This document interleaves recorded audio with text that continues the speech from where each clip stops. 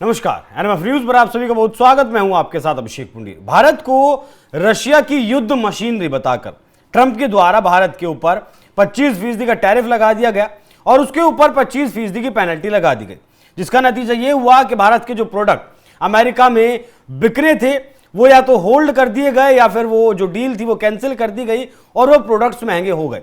इसी बीच प्रधानमंत्री नरेंद्र मोदी ने यह साफ कर दिया कि वो अपने किसानों के साथ, मछुआरों के साथ या फिर जो डेयरी का जो बिजनेस है उसके साथ बिल्कुल भी कोई भी समझौता नहीं करेंगे। इसके लिए भले ही उन्हें कोई भी कीमत चुकानी पड़े। भारत अमेरिका के लिए अपने कृषि का और डेयरी का जो फील्ड है उसे किसी कीमत पर नहीं खोलेगा। तो आज हम चर्चा करेंगे आखिर मोदी व्यक्तिगत तौर पर इस टैरिफ की क्या कीमत चुका सकते हैं। मेरे साथ मौजूद है हमारे वरिष्ठ सहयोगी पंकज प्रसून सर, बहुत बहुत स्वागत आपका।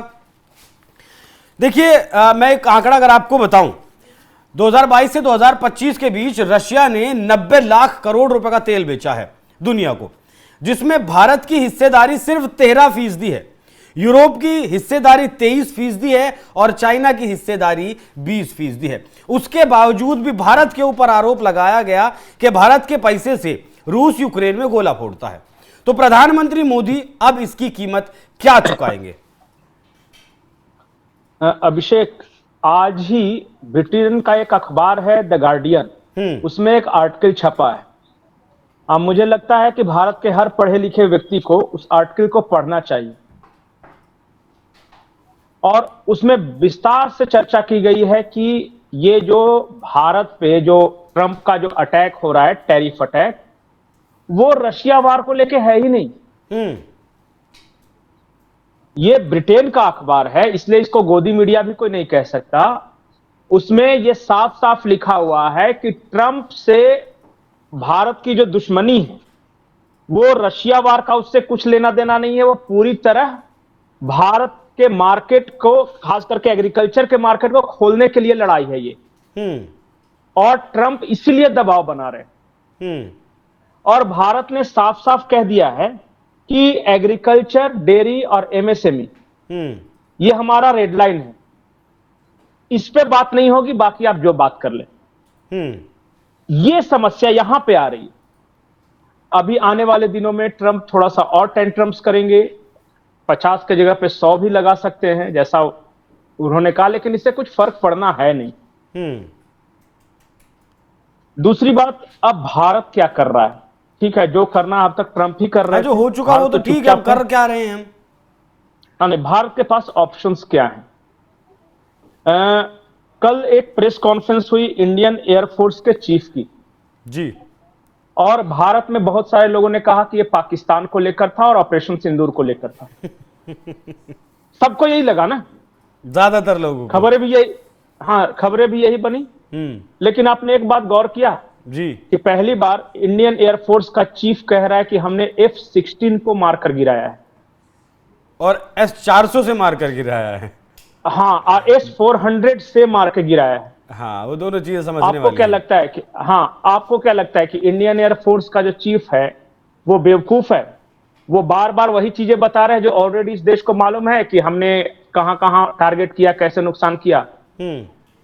उसका फोकस F-16 था। अब तक अमेरिका के साथ बेहतर रिश्ते के कारण या दोस्ती का लिहाज करते हुए हमने खुल के नहीं बताया था कि अमेरिका का F-16 जहाज को मार गिराया गया है। हमने खुलकर यह नहीं कहा था कि जो नूर खान एयरबेस है वहां पे जो न्यूक्लियर स्टॉक है वो अमेरिका का रखा हुआ था, जिसको टारगेट किया गया। अब दुनिया में देखिए इसके रिपरकशंस क्या होते हैं। कल का जो प्रेस कॉन्फ्रेंस है उसका पता है ना, 3 देशों ने F-16 का जो ऑर्डर दिया था वो कैंसिल कर दिया कि अभी हमें नहीं चाहिए। जरूरी थोड़ी है कि भारत ट्रंप के टैरिफ के जवाब में कुछ बोले ही या कुछ करे ही। ये अपना डिफेंस डील जो 3 बिलियन का था वो भी तो पॉज बटन दबा सकता है। राजनाथ सिंह जो अमेरिका जाने वाले थे उन्होंने अपना दौरा कैंसिल कर दिया। अब बतौर द गार्डियन लिख रहा है कि ट्रंप के चेहरे पर हवाइयां उड़ रही। उन्होंने आगे बढ़ लिया, शॉट लगा दिया, लेकिन उनको पता नहीं है कि अब पीछे कैसे आना है।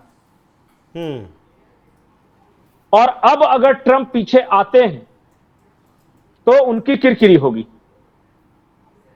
पहले ट्रंप ने क्या किया पता है? 90 के दशक का भारत समझा था। उन्होंने मोदी को पहचानने में गलती कर दी। उन्होंने क्या किया कि ऑपरेशन सिंदूर के बाद असीम मुनीर को बुलाया, उसके बाद उसको डिनर दिया। तो ट्रंप को लग रहा था कि भारत घबरा जाएगा कि देखो पाकिस्तान को इतना सपोर्ट कर रहा है, हमें ट्रंप से बात करनी चाहिए। भारत ने रिएक्शन ही नहीं दिया कुछ, तुम्हें जो करना है करो। भारत समझ सब रहा था। दूसरी बात, ये G7 वाला जो ब्लूमबर्ग की रिपोर्ट है, आपने भी देखी होगी, उसमें 35 मिनट तक टेलीफोन कॉल पे बात हुआ है मोदी और ट्रंप के बीच 17 जून को जी, जिसमें मोदी ने साफ साफ 3 बातें कही। पहली बात यह कि भारत पाकिस्तान के बीच जो सीज फायर हुआ था, पाकिस्तान के डीजीएमओ के रिक्वेस्ट पर हुआ था। 10:30 बजे पहला रिक्वेस्ट आया था, उसके बाद 2:30 बजे दूसरा रिक्वेस्ट आया था, तब हमने वहां सीज फायर किया। तीसरे देश की कोई भूमिका नहीं थी। ये फोन पे कह रहे हैं नरेंद्र मोदी डोनाल्ड ट्रंप को। दूसरी बात, डोनाल्ड ट्रंप ने जब वसीम मुनीर को व्हाइट हाउस में बुलाया तो मोदी को भी बुलाया था उस वक्त। ये काम कीजिए, कनाडा से उड़ के सीधे आ जाइए अमेरिका। और मंशा ये थी कि जिस तरह अजरबैजान और आर्मेनिया को के दोनों चीफ को बैठा के और वो साइन करवा रहे थे ना, उसी तरह वो मुनीर और मोदी को बैठाकर ये ड्रामा रचना चाहते थे मीडिया के सामने। मोदी को यह बात पता चल गई थी। उन्होंने बड़ी विनम्रता से कहा कि मेरा आगे का प्लान फिक्स है, मुझे क्रोएशिया जाना है, आई एम सॉरी, मैं नहीं आ सकता। और वो उड़ीसा चले गए। ये ट्रंप के ईगो को हर्ट किया। हाँ, कि अमेरिका का राष्ट्रपति बुला रहा है, फोन करके नहीं आ रहा। नहीं, अमेरिका के राष्ट्रपति को सोचना चाहिए ना, वसीम मुनीर के बराबर में बगल में सामने क्यों बैठेंगे? उसकी औकात क्या है पाकिस्तान की, हिंदुस्तान के सामने? ये तो हम सोच रहे हैं ना। भारत सरकार ने यही तो कहा है कि आप एक आतंकी सेना के चीफ को बैठाकर, और आप चाहते हैं कि दुनिया के सबसे बड़े लोकतंत्र का प्रधानमंत्री उसके साथ बैठे। Mister president, you are fool, या फिर आप जोकर हैं। आपको समझ में नहीं आ रहा है कि क्या कर रहे हैं। आपको सूडान और पाकिस्तान और इंडिया में फर्क ही नहीं समझ में आ रहा है। तो ये है कहानी। तो ये क्या हुआ कि ये बार बार, तीसरी बात जो ये है कि डोनाल्ड ट्रंप ये चाहते थे कि भारत दिखावे के लिए ही सही, कम से कम दुनिया को दिखाने के लिए सही, कुछ दिनों तक पॉज बटन दबा दे। मतलब कि रशिया से ऑयल वायर नहीं खरीदे, थोड़े दिन के लिए उनकी इज्जत रख ले। भारत ने कहा कि नहीं, बोला कि ये तो नहीं होगा। अब वो धमकी पर उतर आए। पहले पाकिस्तान को खूब मदद की भारत को चिढ़ाने के लिए, और असीम मुनीर को बुला के डिनर दिया, और फिर बुलाया है असीम मुनीर को। अब भारत के जो है सेंट्रल कमांड का जो अधिकारी था उसका वो शायद वो सब बहाने हैं, वो सब बहाने हैं बुलाने का। जब बुलाना होता है ना किसी राष्ट्राध्यक्ष को, तो हम बोल देते हैं कि राष्ट्रपति का बर्थडे इसलिए बुला लेते, पर ऐसा होता नहीं है, वो मकसद से आते हैं। अब देखिए भारत में कौन आ रहा है इस महीने। पुतिन आ रहे हैं, ब्राजील के लूला डी सिल्वा ने प्लान किया है, चाइना के प्रधानमंत्री आ रहे हैं, उससे पहले हमारे प्रधानमंत्री वहां जा रहे हैं। जब मैसेज ही खेलना है ना, मैसेजिंग का ही खेल, तो तुम पाकिस्तान के वो फील्ड मार्शल को बुलाओ, और हम बुलाएंगे पुतिन को, हम शी जिनपिंग से मिलेंगे, हम लूला डी सिल्वा से मिलेंगे। औकात की फर्क है ना कि किससे कौन मिलने आ रहा है। तुम्हारी औकात यह है कि तुम असीम मुनीर से मिल सकते हो, हमारी औकात यह है कि हम Putin, Xi Jinping, Lula da Silva, इन सब से मिल सकते हैं। आ जाओ अब मैदान में। और अब भारत जो है ना वो लिहाज नहीं करेगा। दोस्ती का जो लिहाज करता था ना कि चलो भाई अमेरिका का नुकसान भी हुआ है तो हम किसी को बताते नहीं हैं, वो खुल के बोलेगा कि हाँ हमने F-16 मार के गिराया। वो खुल के रेसिप्रोकल टैक्स की बात करेगा। अभी देखिएगा रेसिप्रोकल टैरिफ की बात आई 25 तारीख के बाद। 25 तारीख को इनका एक रिप्रेजेंटेटिव आने वाला है ट्रेड पे बातचीत करने, तब तक का इंतजार किया जा रहा है। इसीलिए 27 तारीख से लागू होंगे ये टैरिफ, एक्स्ट्रा पेनल्टी जो है। भारत वो तो अनाउंस कर चुके हैं कि 27 से, भारत वेट कर रहा है। आने दीजिए, भारत के पास भी ऑप्शंस हैं। हो सकता है कि गुड्स एक्सपोर्ट हम ज्यादा करते हो, लेकिन बहुत सारी ऐसी चीजें हैं जो अमेरिका हमसे प्राप्त करता है। क्या आपको पता है कि दुनिया में 40% मोबाइल फोन भारत में बनते हैं? 40%। हर तीसरे अमेरिकी के हाथ में मेड इन इंडिया फोन है। हाँ, ये सब सोचना चाहिए। अच्छा, बहुत चालबाज आदमी है सर। देखिए, फार्मास्यूटिकल को टैक्स का अलग चालबाज रखा नहीं, बहुत बड़ा है, बेवकूफ सर्विस को आदमी अलग है। रखा है, इलेक्ट्रॉनिक्स को बाहर रखा है। नहीं, वो अपने फायदे के अनुसार अपने कर रहा है फायदे ना। के लिए ना। उसने तो उन सारी चीजों पर टैरिफ लगाया जो उसका फायदा है। अभी हमारा तो बाकी है, अभी तो हम चुपचाप वेट कर रहे हैं। हाँ। अभी उसको खेलने दीजिए, उसके कमान में जितने तीर हैं चलाने दीजिए। अभी हम सिर्फ डिफेंड कर रहे हैं। अभी हमने अपना अटैक शुरू नहीं किया है। और अमेरिका के जो जितने भी एक्सपर्ट हैं वो डोनाल्ड ट्रंप को समझा रहे हैं कि भैया आग से खेल रहे हो, मोदी को समझने में गलती कर रहे हो तुम। नहीं, कर दी सर अब तो गलती, अब क्या करेंगे। अच्छा, मैं एक सवाल नहीं, जानना चाह अभी रहा भी था सर वापस ले आपसे। लेगा वो। अब मुझे पता है ये जोकर वापस लेने वाला है। हाँ, वो ये तो एक बार तय है। 145% तक ले गया था चाइना के खिलाफ भी टैरिफ को। हाँ चाइना ने काम थोड़ा सा उमेठा, रेयर अर्थ मिनरल्स को लेकर वापस 26 पे आके गिरा दिया। हाँ हाँ हाँ, ठीक है। अच्छा, तो जिस ये तरीके डरता भी है, ये डरपोक है। ये देखिए, ये बनिया है। इसके सामने दबिएगा तो ये तरह तरह से दबाएगा, और इसके सामने एक बार तन के खड़े हो जाएगा तो ये डील करना शुरू कर देगा। फिर ये है ट्रंप।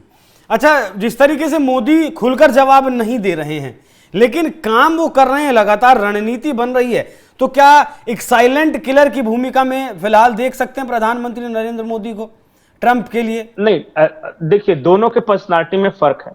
अरे, वो 50 साल से राजनीति में है, वो जानते हैं किस तरीके से राजनीति करते हैं, वो बिजनेसमैन आदमी है। नहीं, वो स्टेट्समैन है।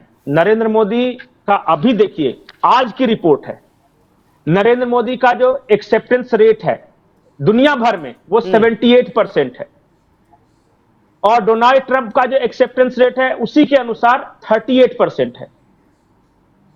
ये मोस्ट रेस्पेक्टेड लीडर है और दूसरी तरफ मोस्ट हेटेड लीडर है। अमेरिका में डोनाल्ड ट्रंप की जो एक्सेप्टेबिलिटी लगातार गिर रही है। अभी मिड टर्म होंगे, देखिएगा वहां पे क्या हाल होता है। तो हाँ, उसके बाद ये काम स्थिति करने लायक रहेंगे नहीं सर। तो ये स्थिति है वहां पे। देखिए, नरेंद्र मोदी को हर राह चलता आदमी कहता है मोदी जवाब दे।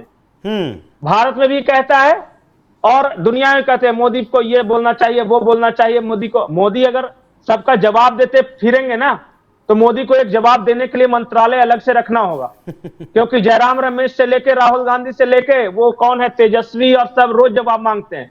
तो ये काम कब करेंगे? इनकी सवालों का जवाब ही देते रहें। तो मोदी अपना काम करते हैं, और दुनिया में भी बहुत सारे लोग हैं जो जवाब मांग रहे हैं। पाकिस्तान कर रहा है मोदी कुछ बोल दे, ट्रंप कर रहा है मोदी कुछ बोल दे। मोदी का काम यही नहीं है कि बैठ के सबका जवाब लिखते रहें। ठीक है सर, ठीक है। मोदी को जरूरत नहीं है। मोदी ने ट्रंप को उनकी औकात बताई है कि ट्रंप 20 बार बोलते हैं कि मैंने वॉर रुकवाई, तो इधर से एक प्रेस रिलीज सिर्फ भेज देते हैं विदेश मंत्रालय की, लो तेरा यही औकात है। ठीक है सर। तो अरे, ट्रंप का जवाब देने के लिए तो हमारा विदेश मंत्री तक तैयार नहीं है, प्रधानमंत्री तो छोड़ ही दीजिए। हाँ, विदेश मंत्रालय से ही जो है जवाब आ जाता है, और कुछ ट्रंप नहीं, की बस सिर्फ एक प्रेस रिलीज। हाँ, ज्यादा से ज्यादा जायसवाल जी बोलेंगे, और नहीं तो एक प्रेस रिलीज आएगा। इससे ज्यादा ट्रंप को वैल्यू ही नहीं दे रहा है भारत। वो है भी इसी लायक सर। अब समझ में आया? हाँ। और सोचिए, जब जो मोदी ट्रंप को वैल्यू नहीं दे रहे हैं, वो राह चलता हुआ ये सब जो नेता घूमते फिरता है कि मोदी जी जवाब दे, मोदी जी जवाब दे, इन सब का जवाब देते बैठेंगे। ठीक है सर, बहुत धन्यवाद। सबके अपने अपना कल्ट होता है, अपनी अपनी पर्सनालिटी होती है, अपना अपना स्तर होता है। बिल्कुल। वैसे तो रास्ते का हर भिखारी विपक्ष का कह रहा है कि मोदी जी मेरे सवाल का जवाब दे, तो मोदी जी बिहार के हर राह चलते नेता का जवाब देने बैठ गए, तब तो चल गया देश। तो जवाब देने में रह जाएंगे। सही कहा आपने, एक मंत्रालय हाँ, बस। अलग खोलना पड़ेगा। देखिए, 25 अगस्त, बहुत धन्यवाद सर। 25 अगस्त को फिर से अमेरिका का एक डेलीगेशन आया। देखिए, दिक्कत कहां हुई, बांग्लादेश और पाकिस्तान के साथ जो अमेरिका की ट्रेड डील हुई, एक के ऊपर शायद 19% और एक के ऊपर 20% का जो टैरिफ लगाया है, क्योंकि इन दोनों ने अपने कृषि का जो क्षेत्र था वो अमेरिका के लिए खोल दिया। अब ट्रंप को लगा था बांग्लादेश ने खोल दिया, पाकिस्तान ने खोल दिया, तो भारत भी अपनी कृषि का क्षेत्र खोल देगा अमेरिका के लिए। लेकिन अमेरिका भूल गया कि इस देश की 70% आबादी, 70% जनता खेती के ऊपर डिपेंडेंट है। उस मामले से हम छेड़छाड़ बिल्कुल भी नहीं कर सकते, और शायद इसी गलतफहमी में ट्रंप रह गए और ईगो पर उस बात को ले गए। अब ईगो पर ले गए, कहां तक मामला जाता है देखना दिलचस्प रहेगा। जो भी कुछ अपडेट मामले से जुड़ी होगी आप तक सबसे पहले हम पहुंचाते रहेंगे। बाकी आप लोग इस विषय पर क्या सोचते हैं, अपनी राय हमें कमेंट कर जरूर बताइएगा। नमस्कार।